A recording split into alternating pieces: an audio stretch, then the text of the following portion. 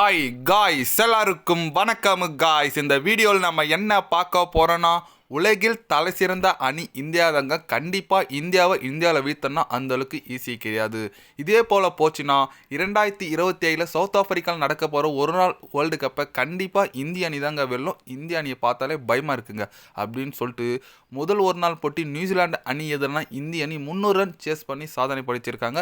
அந்த வெற்றி குறித்து முன்னாள் இலங்கை அணி நட்சத்திர வேகப்பந்து வீச்சாளர்னு சொல்லலாம், கேப்டன் சொல்லலாம், முன்னாள் ஐபிஎல் மும்பை இந்தியன்ஸ் அணியோட நட்சத்திர வேகப்பந்து வீச்சாளர் கூட சொல்லலாங்க. லசித் மல்லிங்கா பார்த்தீங்கன்னா அதிரடியாக இந்தியா வெற்றி குறித்து ஓப்பனாக பத்திரிகையாளர் சந்திப்பில் பேசியிருக்காரு. அவர் என்ன பேசினார், ஏது பேசினார் சொல்லிட்டு வீடியோவில் டீட்டெயில்டாக பார்க்கலாம். அதுக்கு முன்னே நீங்கள் நம்ம சேனலுக்கு புதுசாக வந்திருந்தீங்கன்னா ஒரு சப்ஸ்கிரைப் மட்டும் பண்ணிவிட்டு வாங்க, வீடியோக்குள்ளே போகலாம். ஆமாங்க, லசித் மல்லிங்கா அவர் என்ன சொன்னார் கேட்டிங்கன்னா, உலகில் தலை சிறந்த அணியாக இப்போ இந்தியா இருக்குங்க. ஒரு காலத்தில் 90ஸ்லேருந்து 2020, 2005, 2006 ஆஸ்திரேலியா ரொம்ப ஒரு அபாரமான அணியாக இருக்காங்க. அதுபோல் இந்திய அணி இப்போ வளம் வந்திருக்காங்க.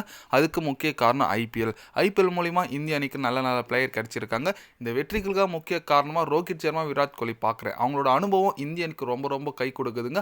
அவங்க இருக்கிற வரைக்கும் இந்தியாவை வீழ்த்தது ரொம்ப அதிசயம்தான். அது மட்டும் இல்லாமல் இவங்க 2 பேர் கண்டினியூவாக விளையாடினாங்கன்னா 2027 வரப்போகிற ஒரு நாள் ஓடி வேர்ல்டு கப்பை கண்டிப்பாக இந்திய அணி வெற்றி பெறும்.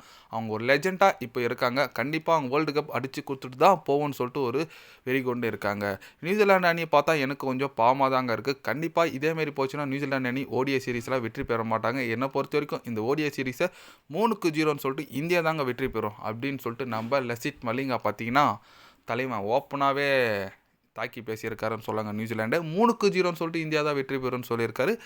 ஓகே, அந்தளவுக்கு நல்லா இருக்குங்க டீம். பார்த்தீங்கன்னா இப்போது சவுத் ஆஃப்ரிக்கா எதிரான கூட 2-1 சொல்லிட்டு ஓடிஐ சீரீஸை வெற்றி பெற்றாங்க. அதை தொடர்ந்து இப்போ நியூசிலாந்து எதிரான 3 போட்டி கொண்ட ஓடிஐ தொடரும் முதல் ஓடிஐ போட்டியை சூப்பராக வெற்றி பெற்றாங்க. அடுத்து 2ல் 2 ஜெயிச்சா ஒயிட் வாஷ்ன்னு சொல்லலாம். பொறுத்து வந்து பார்க்கலாங்க. ஏன்னா நியூசிலாண்டு சும்மா இல்லை, அவங்களும் நல்லா போட்டி டஃப் கொடுத்தாங்க. முதல் ஒரு நாள் போட்டியில் கூட அவங்களே ஒரு 350, 360 ப்ளஸ் போயிருந்தால் கண்டிப்பாக இந்திய அணி சேஸ் பண்ணுறது ரொம்ப கஷ்டமாக இருக்குது. ஏன்னா கோலிலாம் பார்த்தீங்கன்னா 93 அவுட் ஆகிட்டார். ரொம்ப ஒரு ஹார்ட் பிரேக்கிங்காக ஆயிடுச்சுன்னு சொல்லலாம். ஏன்னா ஒரு 100 அடிச்சு அவுட் ஆகியிருந்தாருன்னா ஒன்ஸ் சந்தோஷமாக இருந்திருக்கும். அவர் அந்த 90s அவுட்டாக வந்து கொஞ்சம் வருத்தமாக இருக்குது. ஓகே விடுங்க, முடிஞ்சு போச்சு. இதுக்கு மேலே பார்க்கலாம். அடுத்த போட்டியில் விராட் கோலி 100 அடிக்கிறாரா சொல்லிட்டு நம்ம பார்க்கணுங்க. ஏன்னா அவர் ரொம்ப ஒரு பயங்கர பேய் ஃபார்மில் இருக்காருன்னு சொல்லுவாங்க. இது கடைசியாக விளையாடின 5 போட்டிலேயே 2 100, 3 50 வச்சுருக்காரு தலைவன்.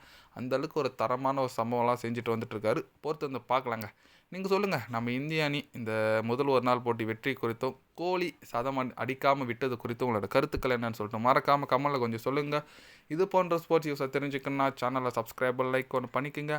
கண்டிப்பாக day by day channel update வரும்.